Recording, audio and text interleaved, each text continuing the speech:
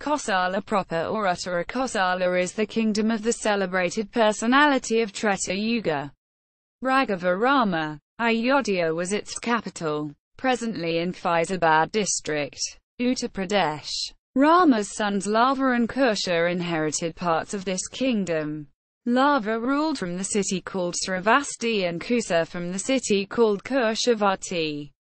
A colony of Kosala kings existed in Madhya Pradesh. It was called Dakshina Kosala. Rama's mother Kausalya was from this kingdom. King Rama extended his influence up to the island kingdom of Lanka situated in the Southern Ocean. He had friendly relations with the southern kingdom of forest dwellers, Vanaras, called Kishkindha. Rama's brother Bharata colonized the Gandhara kingdom and founded the city of Takshasila there. Gandhara lies close to Kekeya Kingdom, the native kingdom of Bharata's mother, Kaikeyi. Rama's second brother Lakshmana founded the city of Lakshmanapura near river Ganges, which is now known as Lucknow. He colonized the Vanga kingdom and founded the city of Chandrakanta there. Rama's youngest brother Satrughna destroyed the forest called Madhu and founded the city of Mathura, which later became the capital of the Surasena Kingdom. Nishada King Nala's friend Ritupana was a ruler of Kosala. Brihadbala, another ruler of Kosala during Dwapara Yuga, took part in Mahabharata war and was killed by Abhimanyu, the son of Arjuna. Kosala Kingdom through the ages. Era of Treta Yuga. The Indian epic Ramayana is the window to this era. Kosala Proper and Dakshina. Southern Kosala equals. During the period of the forefathers of Raghava Rama, there was only one Kosala kingdom. It had its capital at Ayodhya, identified as the Ayodhya town near Faizabad in Uttar Pradesh state of India. During the reign of Dasharatha, the father of Rama, Dakshina Kosala came into prominence. It was situated in the Madhya Pradesh state of India. Dasharatha married his eldest wife Kausalya from this kingdom. Kosala Proper splits into two equals. Raghava Rama's sons Lava and Kusa inherited each half of the Kosala kingdom, with Ayodhya as its capital. Thus, this Kosala split into two parts. One ruled by Lava, with capital at Sravasti, to the north of Ayodhya, and the other by Kusa at Kushavati, believed to be towards the east of Ayodhya. Era of Dwapara Yuga. The Indian epic Mahabharata is the window to this era. During the time of Kurukshetra war, and the reign of Pandavas and Kauravas, we find mention of numerous kingdoms with the name Kosala, as per the references in Mahabharata. Kingdoms that sprang from Kosala Proper equals. Raghava Rama's Kosala. Kosala Proper was already split into two, owing to his two sons attaining kingship after his reign. During the era of Kurukshetra war it was split into 5 kingdoms. Eastern Kosala. This was probably the kingdom ruled by Kusa, with Kushavati as its capital. See MBH 2.14. MBH 2.21. Referred below. They were described as fleeing to the southern country of Kuntis due to Magadha King Jarasandha. The route taken by Bhima, Arjuna and Krishna from Kuru Kingdom to Magadha Kingdom was through this eastern Kosala. Northern Kosala. This was probably the kingdom ruled by Lava with Sravasti as its capital. See MBH 2.29 referred below. This kingdom was defeated by the Pandava general Bhima in his military campaign to the east. Kosala Kingdom of Brihadbala to the south of Ayodhya. Brihadbala was a Kosala king mentioned as a general under Duryodhana in the Kurukshetra war. MBH 5.277. 5.198. This kingdom was defeated by the Pandava general Bhima in his military campaign to the east. MBH 2.29.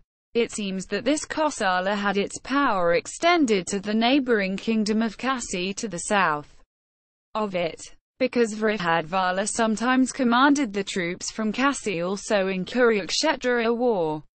This probably was the reason to consider Kasi Kosala as a single kingdom.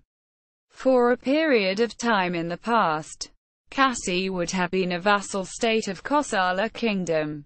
The grandmothers of Kauravas and Pandavas were called sometimes as princesses of Kasi and sometimes as princesses of Kosala. Attesting to this fact, Kosala with Ayodhya as its capital, a central Kosala. This was the original Kosala ruled by King Raghava Rama. This was ruled by Dakshina. During this era, this kingdom was defeated by the Pandava general Bhima in his military campaign to the east. MBH 2.29 equals kingdoms that sprang from the southern Kosala equals the native kingdom of Raghava Rama's mother Kausalya, considered as Dakshina Kosala kingdom, split at least into two during the era of Kurukshetra war. This became evident if we follow the passage in Mahabharata describing the military campaign of the Pandava general Sahadeva, who led his troops to the southern direction. MBH 2.30 Western Kosala in central India. This kingdom was close to the Vidarbha kingdom ruled by Bhishmaka, probably to the east of it. Sahadeva defeated this kingdom first and moved to the eastern Kosala. MBH 2.30 Eastern Kosala in central India. After defeating the other Kosala kingdoms, Sahadeva defeated numerous kings in the eastern Kosala, indicating that there were many kingdoms, and not one, however, collectively known as Eastern Kosalas. MBH 2.30 In Mahabharata, the mothers of Dhritarashtra and Pandu. Mahabharata, Book 1, Chapter 114. The mothers of Dhritarashtra and Pandu, Visambika and Ambalika, were described to be Kosala princesses. They were sometimes described as princesses from Kasi kingdom. Kasi and Kosala being a single kingdom, often denoted as Kasi Kosalas. During the time of Mahabharata, then Satyavati and Bhishma and the Kosala princesses were all gratified with the presents Pandu made out of the acquisitions of his prowess, and Ambalika in particular, upon embracing her son of incomparable prowess, became very glad. The self-choice event of Panchali. Mahabharata, Book 1, Chapter 188. Kosala king was present in this event. The highly intelligent Vatsaraja, the king of Kosala, Shishupala and the powerful Jarasandha. These and many other great kings, all Kshatriyas celebrated throughout the world, have come, O blessed one, Panchali, for thee. The impact of Magadha king on Kosala. Mahabharata, Book 2, Chapter 14. The 18 tribes of the Bhojas, from fear of Magadha king Jarasandha, have all fled towards the west. So also have the Surasenas, the Bhadrakas, the Vodas, the Salwas, the Patechavas, the Sustalas, the Mukutas, and the Kulindas, along with the Kuntas, and the king of the Salwayana tribe with their brethren and followers. And the southern Panchalas and the eastern Kosalas have all fled to the country of the Kuntas. So also the Matsyas and the Sanyasthapadas, overcome with fear, leaving their dominions in the north, have fled into the southern country. And so all the Panchalas, alarmed at the power of Jarasandha, have left their own kingdom and fled in all directions. The trip from Kuru kingdom to Magadha kingdom. Mahabharata, Book 2, Chapter 21. The following was a route taken by Krishna, Arjuna and Bhima to reach Magadha kingdom. It passes through the eastern Kosala kingdom. Having set out from the country of the Kurus, they passed through Kurujingala and arrived at the charming Lake of Lotuses. Passing over the hills of Kalakuta, They then went on crossing the Gandaki, the Sadanira, Karatoya, and the Sakarivata and the other rivers taking their rise in the same mountains. They then crossed the delightful Sarayu and saw the country of eastern Kosala. Passing over that country they went to Mithila and then crossing the Mala and Karamanvati. The three heroes crossed the Ganges and the Sone and went on towards the east. At last those heroes of unfaded glory arrived at Magadha in the heart of the country of Kushavati. Reaching then the hills of Goradha, they saw the city of Magadha. Bhima's military campaign. Mahabharata. Book 2. Chapter 29. Bhima then vanquished King Srinamat of the country of Kumara, and then Vrihadbala, the king of Kosala, then the foremost of the sons of Pandu, by performing feats excelling in fierceness, defeated the virtuous and mighty King Durghayana of Ayodhya, and the exalted one then subjugated the country of Gopalakaksha and the northern Koshalas and also the king of Malas. Sahadeva's military campaign. Mahabharata. Book 2. Chapter 30. Sahadeva, vanquishing the invincible Bhishmaka, then defeated in battle the king of Kosala and the ruler of the territories lying on the banks of the Venwa, as also the Kantarikas and the kings of the eastern Koshalas. Conversation of Nala and Damayanti. Mahabharata. Book 3. Chapter 61. These many roads lead to the southern country, passing by the city of Avanti and the Rikshavat mountains. This is that mighty mountain called Vindhya. Yon, the river Payasvini running seawards, and yonder are the asylums of the ascetics, furnished with various fruit and roots. This road leadeth to the country of the Vidarbhas, and that to the country of the Koshalas. Beyond these roads to the south is the southern country. Ritupana, king of Kosala visiting Vidarbha kingdom. Mahabharata. Book 3. Chapter 73. The ruler of the Vidarbhas, approaching Ritupana, said, "Welcome. What is the occasion of this thy visit?" And King Bhima asked this without knowing that Ritupana had come to obtain the hand of his daughter. And King Ritupana saw that there were no other kings or princes, nor did he hear any talk relating to the Swayamvara, nor saw any concourse of Brahmanas. And at this, the king of Kosala reflected a while and at length said, "I have come here to pay my respects to thee." And the king Bhima was struck with astonishment, and reflected upon the probable cause of Ritupana's coming. Having passed over 100 yojanas, sacred places in Kosala kingdom. Mahabharata. Book 3. Chapter 85. Sojourning next to the Titha called Rishabha in Kosala and fasting there for 3 nights, one earneth the merit of the Vajapaya sacrifice, and of the gift of 1,000 kine, and also delivereth his race. Arriving at Kosala, a man should bathe in the Titha named Kala. Kina's military campaign. Mahabharata. Book 3. Chapter 252. Having conquered the eastern quarter, Kana then presented himself before Batsaboom. And having taken Batsaboom, he reduced Kevali, and Maritakavati, and Mahana and Patrana, and Tripura, and Kosala, and compelled all these to pay tribute. Ramayana inside Mahabharata. Mahabharata. Book 3. Chapter 277. Behold my plight, the loss of thy kingdom, and then the death of our father, and then the abduction of Sita, and finally this disaster that hath overwhelmed me.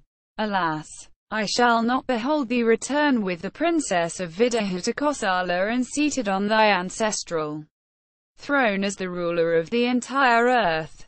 They only that are fortunate will behold thy face, like unto the moon emerged from the clouds, after thy coronation bath in water sanctified with kusa grass and fried paddy and black peas. And the intelligent Lakshmana uttered those and other lamentations in the same strain. Mahabharata, Book 3, Chapter 282.